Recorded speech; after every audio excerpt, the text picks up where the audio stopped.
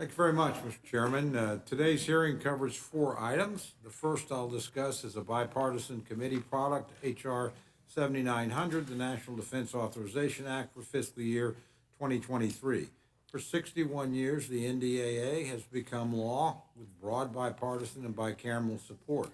This has only been possible because of the immense cooperation from both sides of the aisle and is a testament to what we can accomplish when we focus on our shared goals as a nation.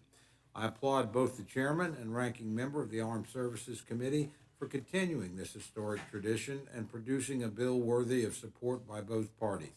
It is essential that we ensure their good work on behalf of our military is not marred by divisive political issues. At a time when we are witnessing continued strife on the international stage, it's more important than ever that Congress speaks with a unified voice when setting defense policy and funding priorities. From Russia's invasion to Ukraine, to the Taliban's takeover of Afghanistan, to Communist China's ongoing aggression in Asia and the Pacific Rim, America's adversaries are becoming emboldened. It is the responsibility of Congress to act to set appropriate defense policies to ensure that these aggressive actors are countered and deterred and our allies receive the support they need. This year's NDAA exemplifies what we can accomplish when we choose to work together in a bipartisan fashion. The Armed Services Committee reported the bill before us with only a single vote against us. This kind of consensus and resulting bipartisan product was made possible because of a process that ensured all voices were heard and all ideas were considered. The NDAA calls for spending $850 billion on defense needs in fiscal year 2023, a 7% increase over the previous year and a $37 billion increase over the president's budget request.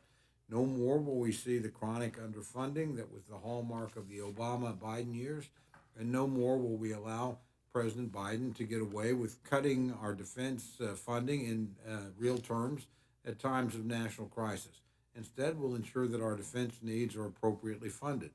The bill includes a significant 4.6% pay raise for our armed services personnel and includes funding to provide additional support to personnel who make the least to offset the inflation caused by this administration's policies. The bill ensures that we will have funding to build 13 new battle fleet ships and will only retire 12 ships, thus continuing progress toward the goal of a 355 ship strong Navy. It provides appropriate investments in new technologies and new weapon systems, which will improve our warfighting capabilities into the 21st century. On the whole, I'm pleased with this bill, and I thank Chairman Smith and Ranking Member Rogers for their hard work in getting us to this point. I hope that we see more bipartisan legislation like this coming to the Rules Committee in the future. The second item I'll discuss was the recently added Rules Committee print of Senate 3373, the Honoring Our Pact Act.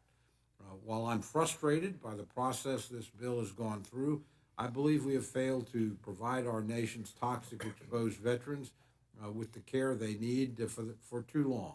And while I share the concerns of many about the use of mandatory spending in this bill, it takes important strides forward and will ensure that a previous wrong has been righted. So I do plan to support it. Our other two bills are unfortunately both partisan ones, which have no chance of ever becoming law. The first of these I'll address is H.R. 8296. It should be very familiar to us since the House already passed it once this Congress along partisan lines. This bill would insert a right to an abortion into federal law, preempting every state law that seeks to protect life. As every member here knows, the Supreme Court recently reconsidered the great misguided tragedy of Roe versus Wade and has rightfully returned the power to the states to make decisions for themselves to protect innocent and vulnerable unborn life. But with today's bill, the majority is seeking to require states to allow abortion on demand at any time up to the point of birth. If the majority has its way, no more would states be able to protect conscience rights. No more would they be able to ban barbaric procedures like dismemberment abortions. No more would they be able to prevent abortions targeting fetuses with Down syndrome. And no more would states and their voters be allowed to govern themselves. Instead, it would impose liberal progressive views from Washington on every state in the country. The last time we considered this measure, I reminded this committee of the words of the Declaration of Independence, that the right to life is one of those inalienable life endowed upon all of us, even unborn children, by our Creator. This is no less true today than it was the first time we considered this measure. I once again ask my colleagues to remember those words and remember the unborn and reject this egregious measure.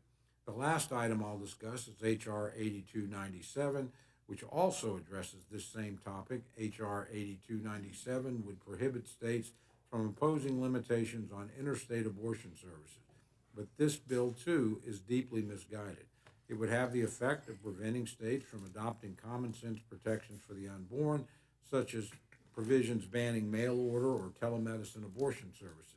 It creates serious questions about state licensure requirements and not simply regarding abortion. And it will potentially limit the rights of parents by creating a cause of action for outsiders to interfere with parent-child relationships. It's unfortunate that we're considering these two misguided bills, Mr. Chairman. I continue to stand with those who seek to protect life, and I know that every one of my Republican colleagues will do the same. I urge this committee and this House to reject these two bills. With that, I yield back. Thank you very much.